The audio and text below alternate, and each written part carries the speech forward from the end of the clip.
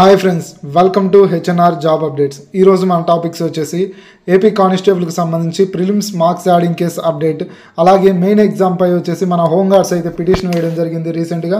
ఆ పిటిషన్కి సంబంధించి మనకు వచ్చినటువంటి ఇన్ఫర్మేషన్ ఏంటి అనే దాని గురించి అయితే కంప్లీట్గా మనం ఈ వీడియోలో అయితే డిస్కషన్ చేద్దాం. అలాగే మన ఛానల్ని అయితే మీరు ఫస్ట్ టైం చూస్తున్నట్లయితే మన ఛానల్ని సబ్స్క్రైబ్ చేయండి, సపోర్ట్ చేయండి. అలాగే వీడియో అనేది లైక్ చేయడం ద్వారా ఇన్ఫర్మేషన్ అనేది వీలైనంత ఎక్కువ మందికి అయితే షేర్ అవుతుంది. అలాగే అన్ని జిల్లాలకు సంబంధించినటువంటి కాంపిటీషన్ ఎంత ఉంది, final exam male and female competition ఎంత ఉంది అని చెప్పేసి మనమైతే వీడియో చేయడం జరిగింది.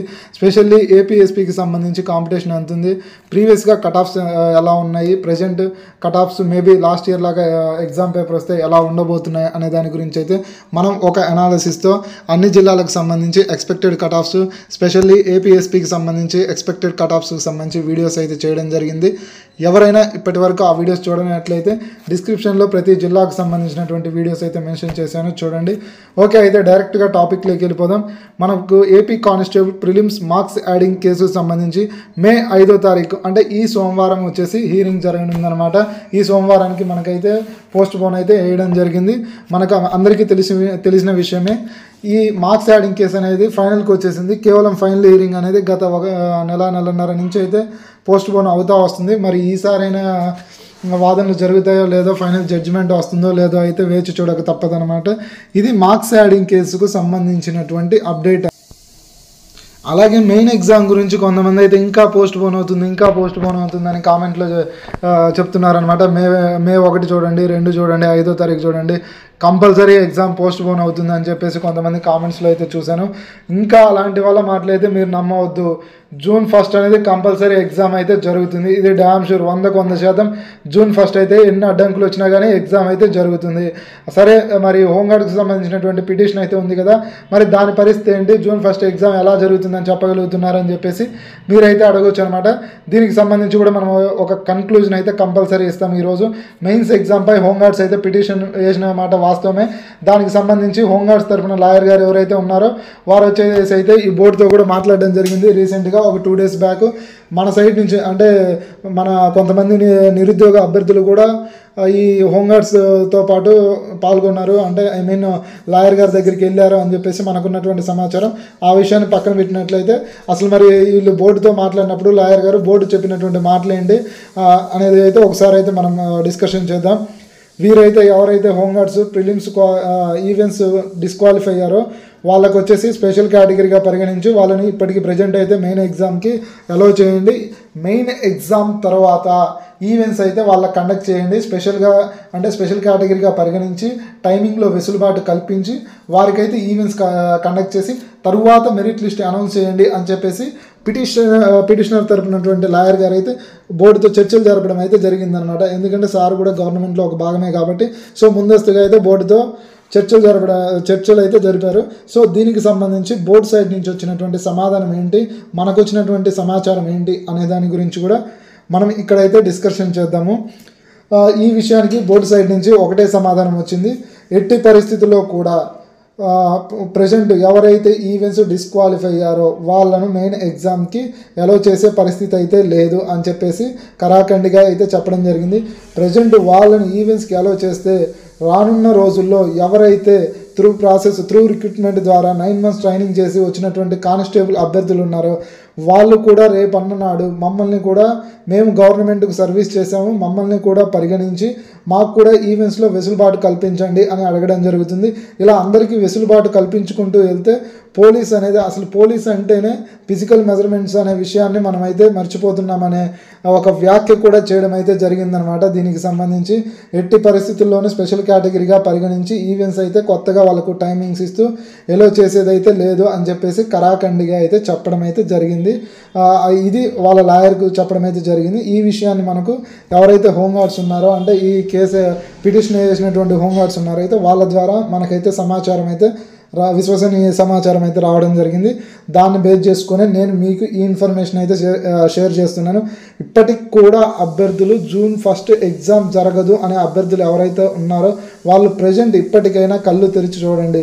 మొన్నటి దాకా సుప్రీంకోర్టు కేసు ఉంది, వాయిదా పడుతుంది అన్నారు. సుప్రీంకోర్టు కేసు కాస్త జూలైకి వెళ్ళిపోయింది. మార్క్స్ యాడింగ్ కేసు రేపు సోమవారంకి, అదైతే పోస్ట్ పోన్ అవుతా వస్తుంది. ఏదైతే పిటిషన్ ఉంది, పిటిషన్కి ఆల్రెడీ దానికి సంబంధించినటువంటి ఏదైతే చర్చలు ఆల్రెడీ జరిగిపోయాయి. సో ఇన్ని నిజాలు కూడా కళ్ళ ముందు పెట్టుకొని ఇంకా మెయిన్ ఎగ్జామ్ పోస్ట్ పోన్ అవుతుంది అనే భ్రమలో అయితే ఉండొద్దు అభ్యర్థులు. మరి వీళ్ళ నెక్స్ట్ స్టెప్ ఏంటి? మరి బోర్డు దగ్గర నుంచి వచ్చినటువంటి మాట ఇది కదా. మరి హోంగార్డ్స్ యొక్క నెక్స్ట్ స్టెప్ ఏంటి అనేది అయితే ఒకసారి చూసుకున్నట్లయితే, వారు ప్రజెంట్ అయితే ఏదైతే పిటిషన్ వేశారో ఆల్రెడీ మనకు హర్యానా ఇంకా జార్ఖండ్ కొన్ని రాష్ట్రాల్లో ఈ స్పెషల్ కేటగిరీకి సంబంధించినటువంటి కేసులు అయితే వాళ్ళు అక్కడ విన్ అవ్వడం జరిగింది, స్పెషల్లీ హర్యానా అనుకుంటా. సో ఆ జడ్జిమెంట్ కాపీస్ అలాగే దీనికి కొత్త కౌంటర్ అయితే వాళ్ళు రెడీ చేయడం జరిగిందనమాట. అది వచ్చేసి నిన్ననే రెడీ చేయడం జరిగింది. దానికి సంబంధించి ఎవరైతే మెయిన్ హోంగార్డ్స్ ఉన్నారో వాళ్ళని కూడా పిలవడం జరిగింది లాయర్ గారు. సో పిలిచి వాళ్ళతో చర్చలు కూడా జరపడం జరిగింది. సోమవారం ఏదైతే ఉందో బోర్డుకి అగైనెస్ట్గా ఆల్రెడీ కౌంటర్ ఫైల్ వేశారు కదా, దాంట్లో కొన్ని జడ్జిమెంట్ కాపీస్ ఏవైతే ఉన్నాయో గతంలో అవి కూడా యాడ్ చేయడం జరుగుతుంది. సో మండే అనేది దీనికి సంబంధించినటువంటి హోంగార్డ్స్కి సంబంధించినటువంటి కేసు అయితే బెంచ్ మీదకైతే రావడం జరుగుతుంది అనమాట. సో బోర్డు అయితే కరాఖండిగా చెప్పడం జరిగింది, ఫైనల్ జడ్జిమెంట్ ఏది వచ్చినా కానీ June 1 అయితే ఎగ్జామ్ జరపడం గ్యారంటీ, ఇందులో ఎటువంటి మార్పులు చేర్పులు లేవు అని చెప్పేసి అయితే చెప్పడం జరిగింది. సో అభ్యర్థులు దీన్ని అయితే గుర్తుపెట్టుకోండి. ఇన్ కేసు మీ లక్కు బాగలేక హోంగార్డ్స్కు ఫేవర్గా వచ్చినా కానీ June 1 అయితే ఎగ్జామ్ పెడతామని అయితే చెప్పడం జరిగింది. ఎటువంటి టైం ఇవ్వబోమని కూడా చెప్పడం అయితే జరిగింది. సో దీన్ని అయితే దృష్టిలో పెట్టుకోండి అభ్యర్థులు. ఇప్పటికైనా కళ్ళు తెరిచి ప్రిపేర్ అవ్వండి.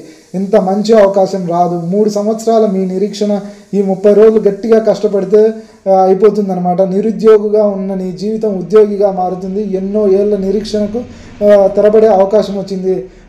ఏదైతే మీరు ఇన్ని రోజులు ఎదుర్కొన్నటువంటి కష్ట నష్టాలు అయితే ఉన్నాయో, ఎన్నో అవమానాలు ఎదుర్కొన్నారో, ఆ అవమానాలన్నిటికీ సమాధానం చెప్పే రోజు ఆల్రెడీ దగ్గరలో ఉంది. ఆ సమాధానం చెప్పే రోజు దగ్గరలో ఉన్నప్పటికీ ఇంకా పోస్ట్ పోన్ అంటున్నారు అంటే అభ్యర్థులు మీ యొక్క మతి స్థిమితం ఏ విధంగా ఉంది అనేది అయితే అర్థం చేసుకోవచ్చు అనమాట. సో ఇదనమాట ఈరోజు మెయిన్స్ ఎగ్జామ్పై హోంగార్డ్స్ పిటిషన్ అప్డేట్, అలాగే మార్క్స్ యాడింగ్ కేసుకు సంబంధించినటువంటి అప్డేట్. అభ్యర్థులు ఒకటే గుర్తుపెట్టుకోవాలి, ఏదైతే మన పోలీస్ సంబంధించినటువంటి ఈవెంట్స్కు సంబంధించి కొంత ప్రయారిటీ కొన్ని హక్కులు అయితే బోర్డుకు ఉండడం జరుగుతుందన్నమాట. ఎందుకంటే పోలీస్ నోటిఫికేషను రిమైనింగ్ నోటిఫికేషన్తో కంపేర్ చేసుకుంటే మన నోటిఫికేషన్లో మనకు ఎగ్జామ్ ఎంత ఇంపార్టెంట్ ఉంటుందో అలాగే ఫిజికల్ మెజర్మెంట్స్ విషయంలో కూడా మనకు అంతే ఇంపార్టెంట్ ఉంటుంది. ఎందుకంటే మన జాబ్ అనేది మన శారీరకంగా మానసికంగా దృఢంగా ఉండాలి. కాబట్టి మన జాబ్కు ఎగ్జామ్ మీద ఎంత ప్రయారిటీ ఉంటుందో ఫిజికల్కి కూడా అంతే ప్రయారిటీ ఉంటుందన్న విషయాన్ని అయితే అభ్యర్థులు ఖచ్చితంగా గుర్తుంచుకోవాలి.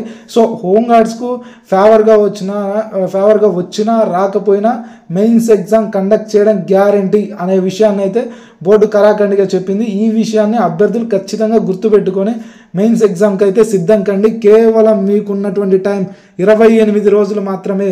మీరు రిజర్వేషన్ గురించి ఆలోచించొద్దు, ఇంకో దాని గురించి ఆలోచించొద్దు.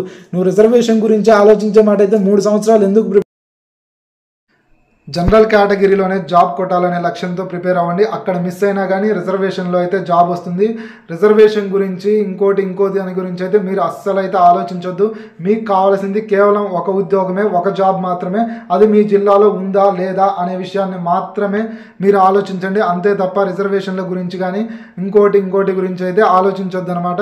మీ మదిలో ఒకటే మెలగాలి, అదేంటి అంటే ఈ 3 సంవత్సరాలు నువ్వు ఎదుర్కొన్నటువంటి అవమానాలకు, కన్నీళ్లకు, కష్టాలకు అన్నిటికీ సమాధానం చెప్పే రోజు రానే వచ్చింది. ఇంకా మిగిలిందేంటి? కేవలం నువ్వు సమాధానం చెప్పడానికి నువ్వు చేసే ప్రయత్నం మాత్రమే మిగిలిందనమాట. June 1 నువ్వు రాసే ఎగ్జామ్ ఏదైతే ఉందో అందులో వచ్చేటువంటి రిజల్టే వీటన్నిటికీ సమాధానంగా మారుతుంది. సో అభ్యర్థులు ఈ విషయాన్ని అయితే గమనించి మెయిన్స్ ఎగ్జామ్కి అయితే సిద్ధం అవ్వండి. ఎవరెవరో చెప్తుంటారు మెయిన్స్ ఎగ్జామ్ పోస్ట్ పోన్ అవుతుందని.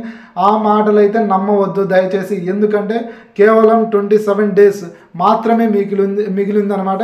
ఈ 27 డేస్ మీ ఫోకస్ మొత్తం టార్గెట్ మెయిన్స్ మీదే ఉండాలన్నమాట. సరే, మరే చిన్న అప్డేట్ వచ్చినా మళ్ళీ మీ ముందుకు వస్తాను. జై హింద్.